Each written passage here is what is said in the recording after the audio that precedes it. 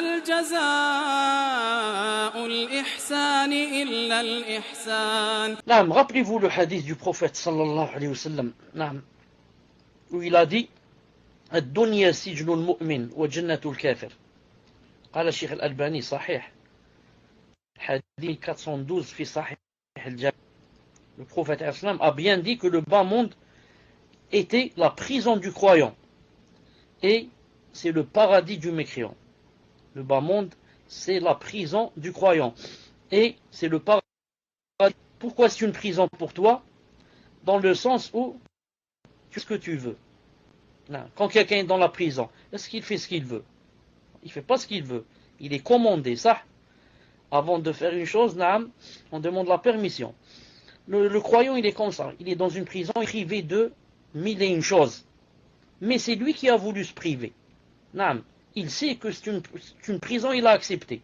Pourquoi?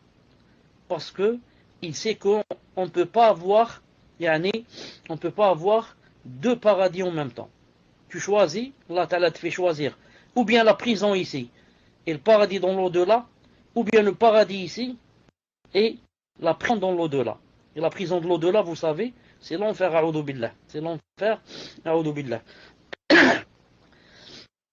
Ça me rappelle une fois que, j'ai lu comme ça dans un livre, une fois que Ibn Hajj al-Asqalani, celui qui a écrit Fath al-Bari, c'était un juge en son époque, un juge très connu.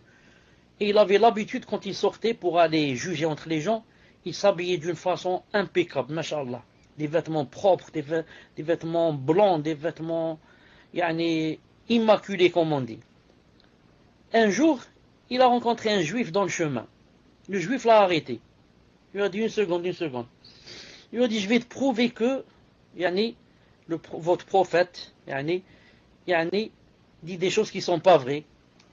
Il lui a dit, qu'est-ce qu'il dit? Il lui a dit, votre prophète a dit, le bas monde, c'est une prison pour le croyant.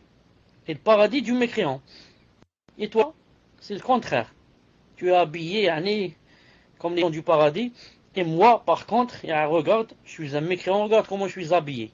Un peu déchiré, etc. Il lui a répondu, rahimallah, il lui a dit, en fait, ce hadith a deux sens. Naam. Le deuxième, je vais te le dire, c'est quoi? Il a dit, le paradis dans lequel tu me vois maintenant, comparé au paradis qui attend le croyant, c'est comme si j'étais en enfer. Et l'enfer qui attend le mécréant, comparé à l'enfer, à ce qu'il vit maintenant, c'est comme s'il était au paradis. Tellement l'enfer terrible par rapport au kafir, que ce qu'il attend, que on dirait ici qu'il est au paradis. Il lui a dit, moi, la même chose. C'est-à-dire que le paradis qui attend le croyant, comparé à ce que je vis maintenant, et comme tu me vois habillé, masha'Allah, on dirait que je suis en enfer. Il lui a donné une réponse qui l'a rendu bouche bée.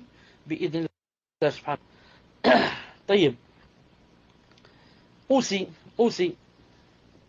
Allah subhanahu wa ta'ala a bien dit dans le Coran, وَمَا هَذِهِ الْحَيَاةُ الدُّنْيَا إِلَّا لَهْوٌ وَلَعِبٌ وَإِنَّ الدَّارَ الْآخِرَةَ لَهِيَ الْحَيَاةُ لَوْ كَانُوا يَعْلَمُونَ.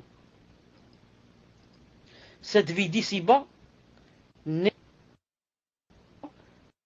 qu'amusement et jeu.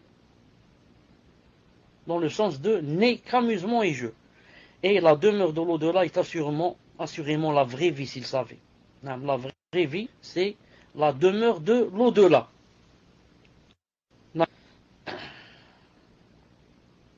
طيب.